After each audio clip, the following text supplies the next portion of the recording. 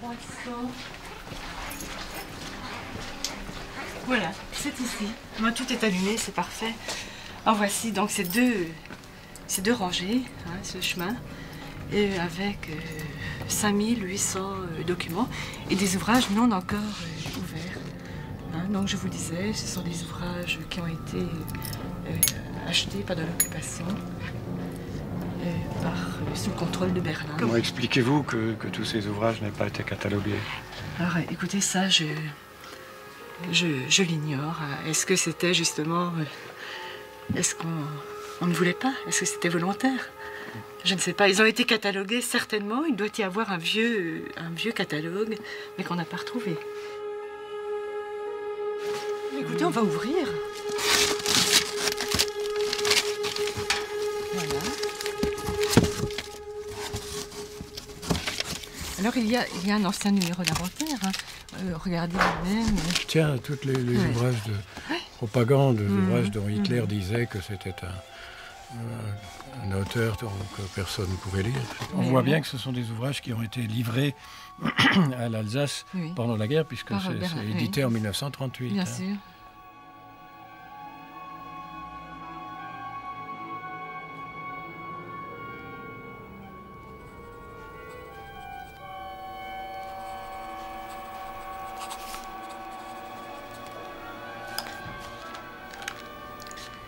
Nous sommes le 7 mars 2002 et j'entame ce jour un travail sur l'année 1942 qui porterait sur la vie quotidienne dans la région, bien plus que sur la vie politique ou tout ce qui résulte de l'incorporation de force en août 1942, sans que ceci soit complètement écarté de l'enquête.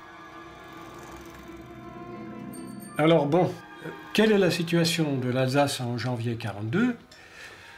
On peut dire ceci, depuis l'effondrement français du mois de juin 1940, l'Alsace est annexée de fait, et non pas de droit, par l'Allemagne nazie. Elle est placée sous l'autorité de Robert Wagner, qui est Gauleiter et Statthalter de Bade et d'Alsace.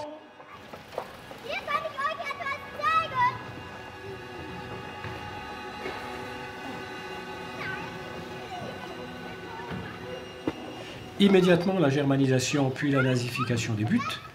Les enseignes des magasins sont décrochées et germanisées, tout comme les noms de rues et des personnes. Le port du béret, l'usage de la langue française sont interdits, les bibliothèques sont expurgées et le système totalitaire s'installe alors à tous les niveaux. Déjà, la frontière entre la France et l'Allemagne a été déplacée vers le sommet des Vosges. L'Alsace est donc désormais allemande. Vichy proteste peu ou pas du tout. Telle est grossièrement dessinée la réalité de l'Alsace en ce début de 1942.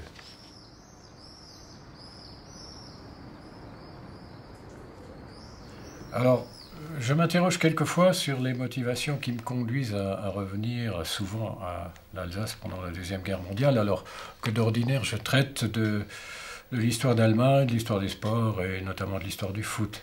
Ce sont sans doute des souvenirs personnels, l'expérience personnelle qui m'y amène. Il faut bien avouer que même l'historien professionnel part quelquefois de sentiments personnels ou d'expériences vécues, alors que d'ordinaire il a une approche purement distanciée ou purement scientifique. Alors le premier souci, évidemment, c'est de se reporter à ces souvenirs qui d'ailleurs s'imposent d'eux-mêmes régulièrement, sans quoi je ne serais pas amené à me poser ces questions. C'est précisément que ces souvenirs m'assaillent ou voire même quelquefois m'obsèdent.